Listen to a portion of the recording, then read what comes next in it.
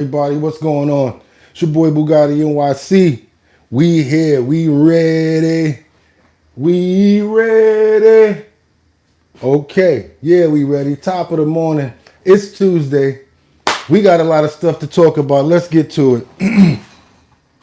We got some recaps to go over. We got to talk about Mexicans, president reversing their course on what they talked about as far as the border. Seems like they already caught 2 caravans and turned them around. All right, what else? Mexican president and the Canadian president speaks to President Trump.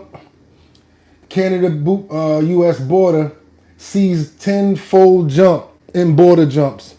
So that's the reason why we got to go over this other stuff. I'm going to show y'all a family that got caught at the border and sent back home. We also got some information where the White House defended Biden's decision. Yeah, President Joe Biden defended his position and his decision to give his son a pardon. That was yesterday, y'all, but we're going to cover everything today. It's your boy Bugatti NYC, and like I always tell you, you couldn't win anywhere. But the fact of the matter that you came here to chill with me, I appreciate you. If you guys like, go over to the website, www.drinkbigdrip.com. Go on over there, check out the puff print. Get y'all some nice hoodies and stuff like that. We got the 14% alcohol, raspberry, grape, lemon. Go on over there and get that, y'all. Let's go. Without any further ado, I bring to you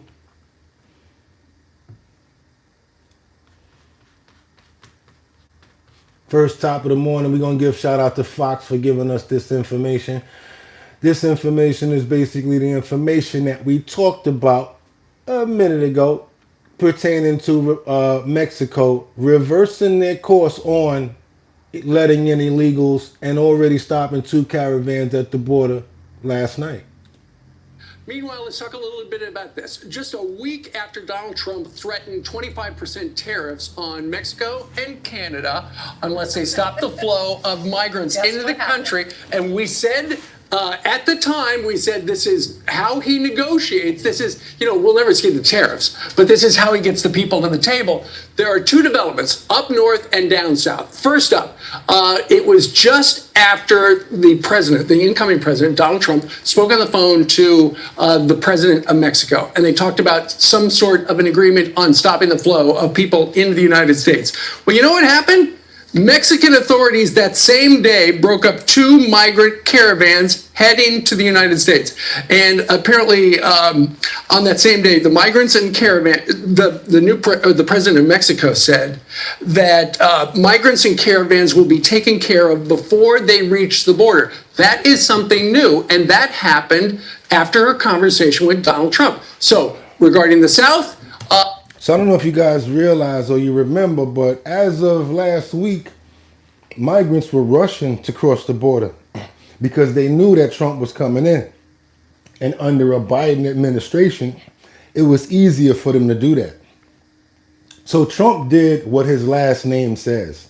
He trumped the Biden administration by talking to the president. Like, look here, I'm going to tariff you guys as soon as I get in. Not only that, but we're going to have some other major issues for all of these people that you're letting cross the border. How about we be friends now and we don't have these problems moving forward? Thereby immediately circumventing the plan that the Biden administration had to let all of the illegal migrants in. So as we can see, Trump is definitely a good president. He's already got to move ahead on everybody that's already allying against him.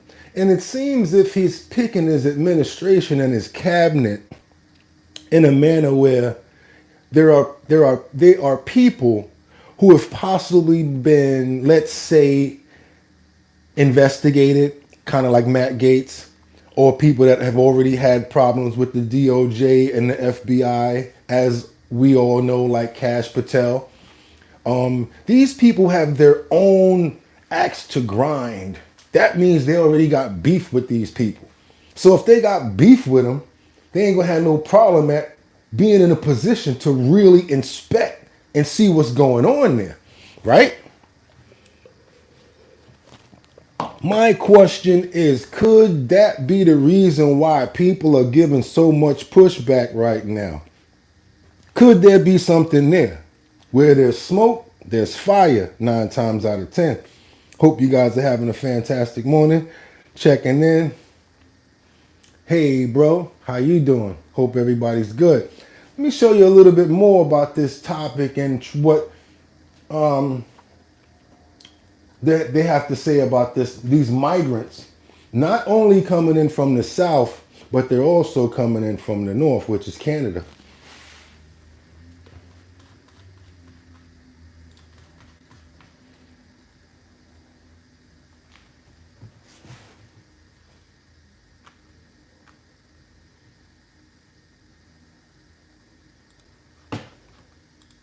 With the presidential transition, this morning there is continued pushback against President-elect Trump's threat to enact tariffs on Americans' closest allies. He vowed on social media to put a 25% tariff on goods from Mexico and Canada and a 10% tariff on goods from China unless they do more to stop illegal immigration. So this is what I'm talking about. Yes, the Biden administration, you are in office now, but you only got 1 month left. You got to January the 20th. And the majority of the stuff that you're putting into play doesn't really intimidate people. Besides what you did yesterday, Mr. Biden. Let's keep it going. He also had a phone call with Mexican President Claudia Sheinbaum, which she clarified she agreed to close the U.S.-Mexico border. Sheinbaum said on X, Mexico will stop so-called migrant caravans before reaching the border, and her goal is to, quote, build bridges between governments and between people. President Biden also weighed in on the threatened tariffs. I hope he rethinks it. I think it's a counterproductive thing to do. We're surrounded by the Pacific Ocean, the Atlantic Ocean, and 2 allies, Mexico and Canada. And the last thing we need to do is begin to screw up those relationships. Biden seems to think that it's not a good idea to enact tariffs because we're too close and we have too many allies as far as to the north and the south of us. He feels as if they're going to start to implement the monetary in which other people feel that the consumer is going to have to pay these tariffs back once it comes to the retail aspect of it or once it comes to us gaining that service. My thing is this. If you're smart about utilizing tariffs in a way that only intimidates, in a way that only threatens, and you see what the people are going to do, then you make your decision on if you're going to actually put those tariffs into play. You got countries like Mexico already, they're already, understanding and they're working with the United States on this part. So there's no reason to really go far into actually making the tariffs stick, which makes sense. Well, Sheinbaum also says she and Trump did not talk about tariffs in their call, but says Mexico may retaliate if they're enacted. Canadian leaders also say they're exploring potential retaliation. So there's retaliation. This is another part that we did not cover. So they're not going to just take it lying down. They're saying like, you know what, we might just try to charge, we're going to charge our own tariffs if y'all do that to us. You want to charge us tariffs to come in?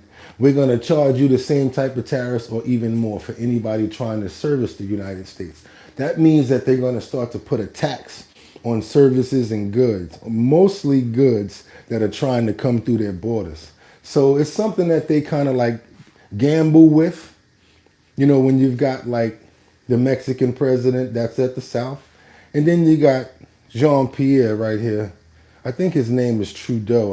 I can't remember his last name, but that's the president of Canada right there, who's actually up next because after saying all of this stuff about how they're going to fight back and they're going to give pushback against Donald Trump, it seems as if they're not really doing that because he went to Mar-a-Lago to talk to Trump. And the conversation seems to have went very well.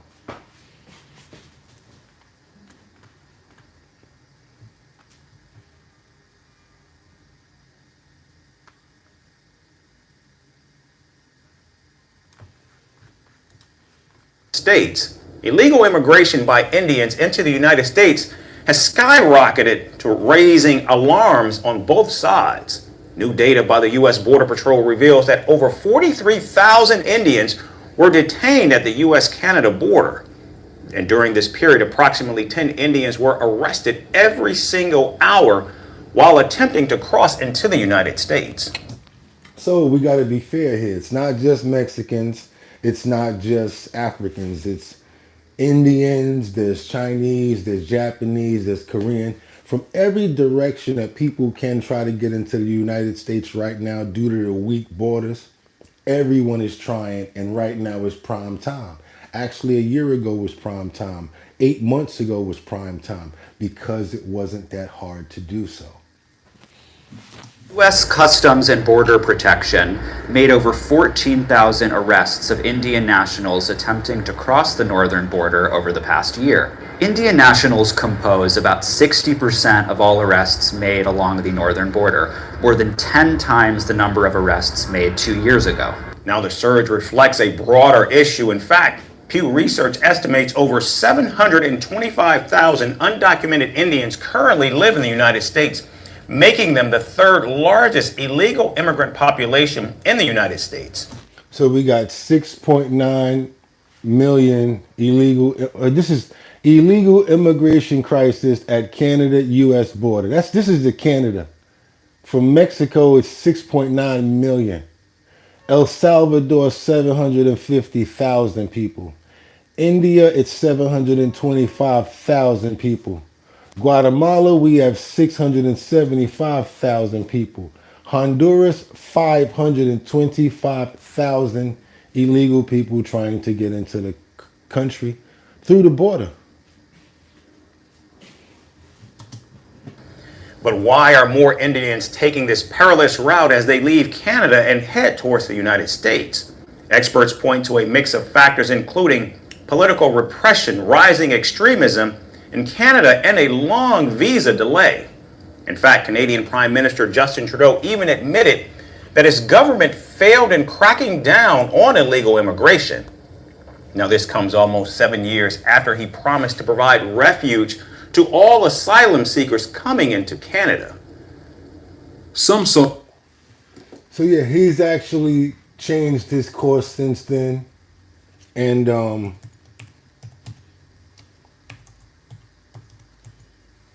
because he's doing so bad as president, he's actually changed his course on that way of thinking, and he is now assisting at the border.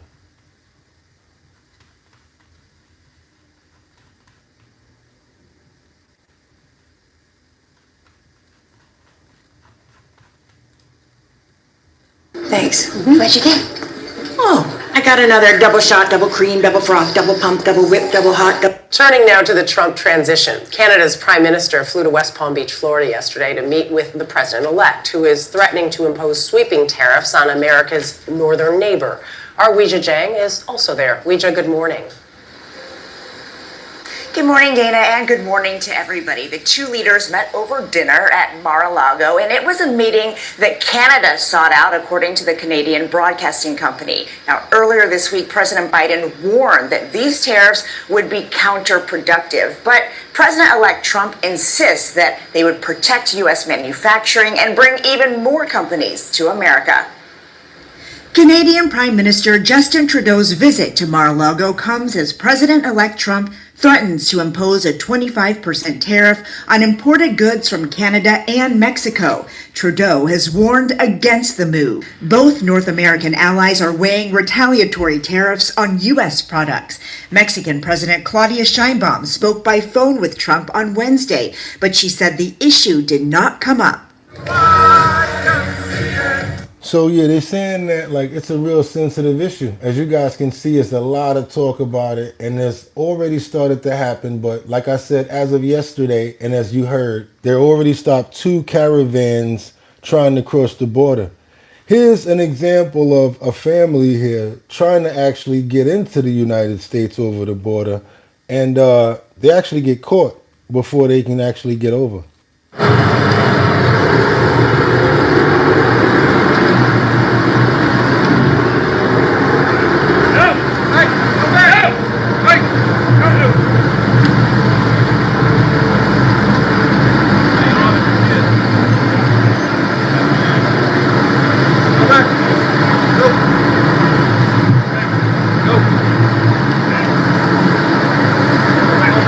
real. I'm not lying.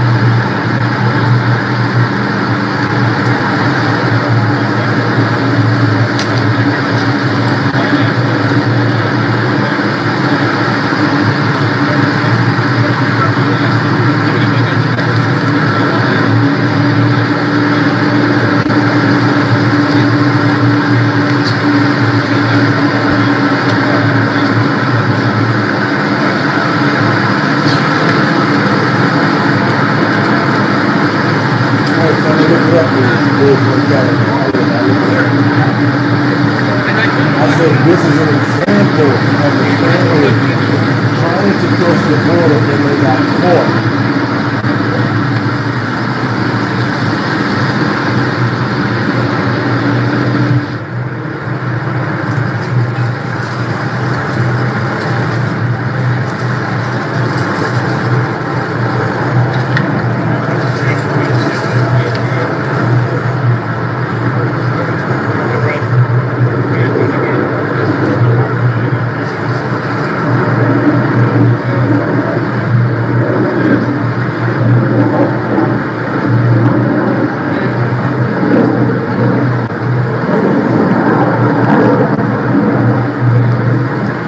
Yeah, so as you can see, they tried to throw some stuff over. They got caught there.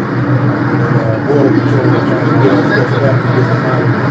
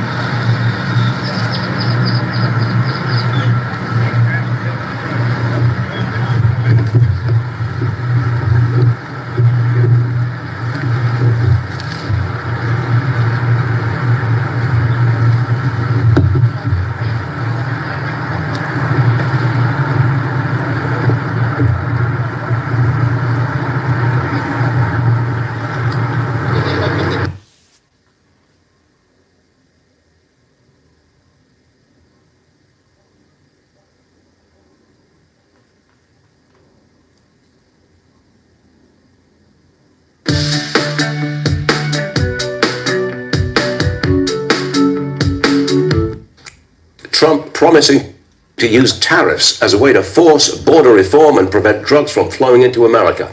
He posted on Truth Social this, I'm quoting, "On January the 20th, as one of my many first executive orders, I will sign all necessary documents to charge Mexico and Canada a 25% tariff on all products coming to the United States and its ridiculous open borders.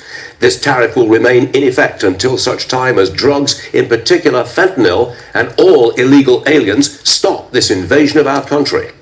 And with China, he will impose an additional 10% tariff on top of the tariffs he's already announced. It will continue until the fentanyl manufacturing in China stops and flowing it through Mexico stops. We've just received this from the President of Mexico. She says the migrant caravans are no longer arriving at the US-Mexico border. Some impact already. Governor Mike Huckabee joins me now. Governor, do you think these tariffs are basically Governor Mike Huckabee arriving at the of Mexico? Mexico stop announced. It will continue until the fentanyl manufacturing in China stops and flowing it through Mexico stops. We've just received this from the President of Mexico. She says the migrant caravans are no longer arriving at the US-Mexico border. She says the migrant caravans are no longer arriving at the US-Mexico border. I had to play that a couple of times for people that's not listening.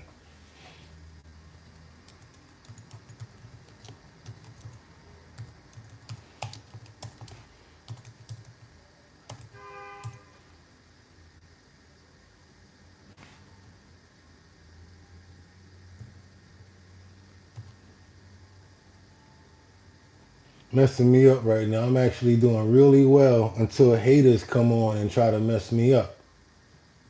She said 2 caravans of migrants. I know what I read, unless the news is there it is right there. I know what I'm talking about. Thank you. Activity says Mexican authorities have broken up 2 caravans heading to the U.S. Thank you. And this was when? November the 30th, 2024. What is today? Today is Tuesday, December 3rd. I do believe I was right.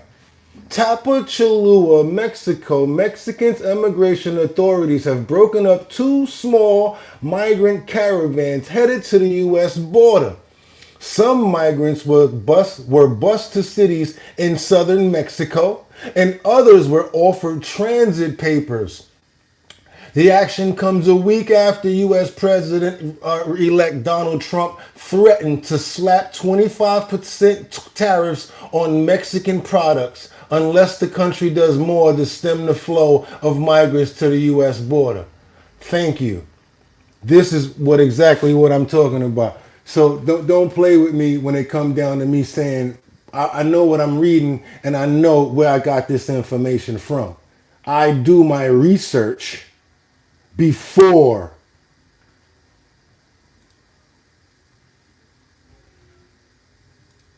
Do you know what's really fun? Do my damn research before I even get on here. So don't tell me I'm capping or whatever like that. Trump promising to use tariffs as a way to force border reform and prevent drugs from flowing into America.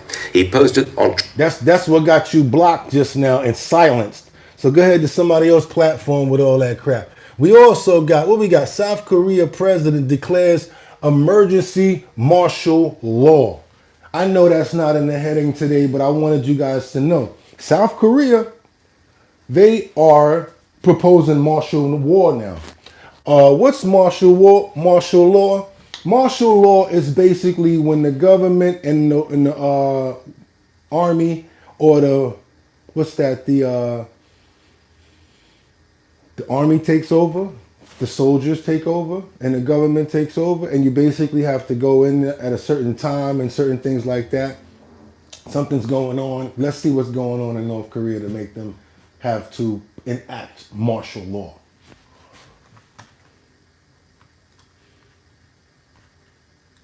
Of South Korea, the president there has declared martial law in a late night TV address. New video here of that announcement made by Yoon Suk-yeol on national TV just after 10:30 in the evening. In his address, he said the move was necessary to protect against North Korea's communist forces and to eliminate anti-state elements. Well, CNN's Mike Valerio joining us now from Seoul. Mike. Well, Becky, I can tell you I ran over here to the Bureau. I live just a couple minutes away. We are in the heart of Seoul, and police are on their phones calling each other, calling families and loved ones, asking what is going on. To say that this has thrown the country into disarray is perhaps the understatement of the evening right here. As you mentioned, an unplanned televised address saying that martial law is needed in this bastion of stability in East Asia in order to weed out the country of pro-North Korea, quote-unquote, pro-communist forces. Certainly, the government of Yoon Suk-yeol, conservative politician here in South Korea, very weak since he was elected into office several years ago. The opposition now, the leaders of the opposition forces, heading to parliament a couple kilometers away. So the reason we need to know about stuff like this is because if it can happen somewhere else, it can happen here. I don't put nothing off as not being a possibility. And what else is it? It's world news. We have Korean followers and subscribers on our network. So yes, it's world news. It's martial law. And we need to know what's going on, even though we over here. We so nosy about what's going on in Ukraine. Yeah, we got Koreans over here too that would like to know about martial law going on in their country where their family is at.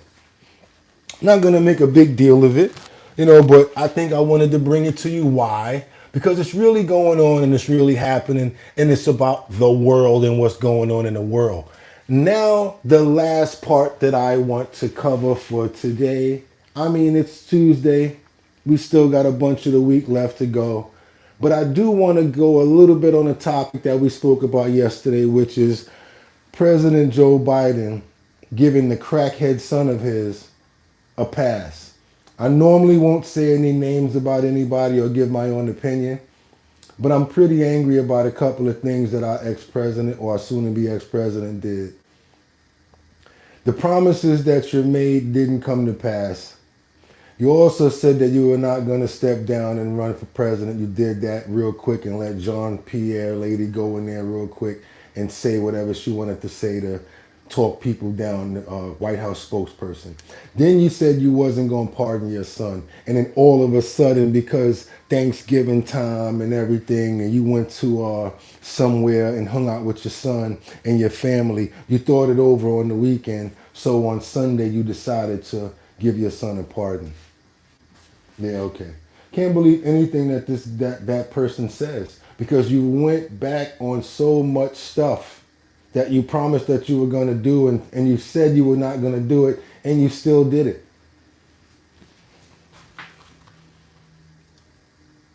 Earlier today, Hunter Biden was convicted of 2 counts of lying on a form submitted to a federal firearms dealer about his addiction or use of crack cocaine, and possessing a firearm while a user or addict. I'm extremely proud of my son Hunter. He has overcome an addiction. He's one of the brightest, most decent men I know, and I am satisfied that I'm not going to do anything. I said I'd abide by the jury decision, and I will do that, and I will not pardon him.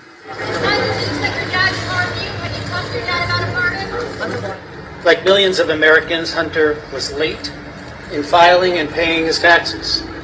Unlike those millions of Americans, he was charged criminally for his failures that occurred during the depths of his addiction to drugs and alcohol. Hunter is also up for being sentenced next month. Does the president have any intention of pardoning him? We've been asked that question multiple times. Our answer stands, which is no.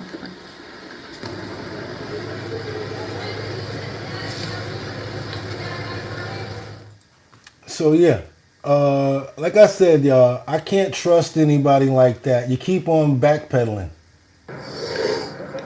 If it was my son, my own son, it'd be hard not to pardon him. It was expected. Someone with such power has also made such a personal decision. I mean, I think it's kind of ridiculous. I think you have to look at it from a father's standpoint. You'd like to think it's deserving, but certainly your own family member, it's questionable. I think any president would do the same thing. Yeah, I mean, I believe in the ability to pardon. It doesn't. So yeah, there's a lot of mixed emotions about that. We didn't go over that yesterday, but what do you guys think about the pardon? What do you think about Mexico? What do you think about Canada? Do you even care about any of this stuff? Does it even matter to you? Well, I'm going to tell you, to me it does, and I hope that you came here to get as much information as you can. Because as long as you come here, that's what you're going to get. Later on, we're going to do some entertainment news. That's going to be later on today, guys. I'm going to figure out something hot to cover. Probably some entertainment news, a little bit of Sean Puffy Combs and stuff like that.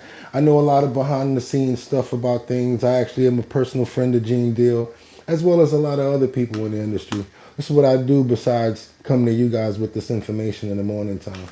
What you can do if you like to support the channel, you can go over to the website, www.drinkbigdrip.com, to get one of these cool puff print sweatshirt hoodies. You see how the letters are popping off the shirt? That's kind of crazy right there, right? Really nice, really thick, really warm for this winter. I've got them in black and several other colors. Go over to www.drinkbigdrip.com. That's www.drinkbig2gs2ps.com. Raspberry, grape, lemon, 14% alcohol by volume. Phenomenal drink, you guys. Check out some of the comments before we get out of here. We got, who we got here? Bottom line is the consumer will foot the bill. That's what Chopper Goof said. Sam says, I guess it's just better to let a country that wants our downfall make everything for us then. Isaac, Alinda, laughing my ass off. What a caravan, son. They've been traveling for decades at that point. Okay, you're right. James Dixon, like Trump wouldn't do the very same thing for his kid.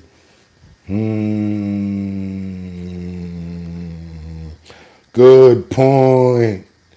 Good point. Who said that? Hold on a minute. James Dixon said like Trump wouldn't do the very same thing for his kid. James, you're very smart and that's a good point. James Williams says they have been doing that for 10 to 15 years of backpedaling. He also says, look at Hillary in 2008 talking about immigration policies. Yeah, you're right. James Dixon said, after all the lies Trump tells you to go, you got the balls to complain about this. Dr. Reno Pryor, what kind of father with that type of power would not exercise his ability to help his son? Even if he's wrong. I'm going to put that on top of that, Doctor. Doctor, I'm going to put the cherry, the maraschino, not a regular cherry. You know the ones that come in the cherry sauce with the syrup in it? I'm going to put the cherry on top of what the doctor said. Because if it was me, I'm not going to let Eric Jr. stay in no jail when I can get him out. You think I'm going to go visit my son in jail while I'm hanging out in life and I'm old? And I don't know what type of time he's going to get. He's already 50 years old. Hunter Biden is 50 years old. I don't know the maximum amount of time. But yeah, if I could pardon him, no doubt. And let's be fair about it, Doc. Trump would have taken a pardon from Biden to get out of all of these other cases. To get out of all of the criminal cases, he would have took a pardon. A lot of us would. So think about yourself. Put yourself in that position. The way the doctor just said it. And that's why I appreciate y'all, because we come in for a fantastic forum. We only got 24 more subscribers to get us to 20,000. Please, I'm begging you. Now, let me stop. 24 more subscribers, y'all. Let me get those subscribers. I really appreciate you guys. Let's go. Any more comments? Let's go ahead and get them. James said, if is a big word for letters. And then Dr. Renee Pryor said facts. Okay, guys, like I said, www.drinkbigdrip, 2Gs2Ps.com. Also, subscribe to the channel. I appreciate you guys coming here.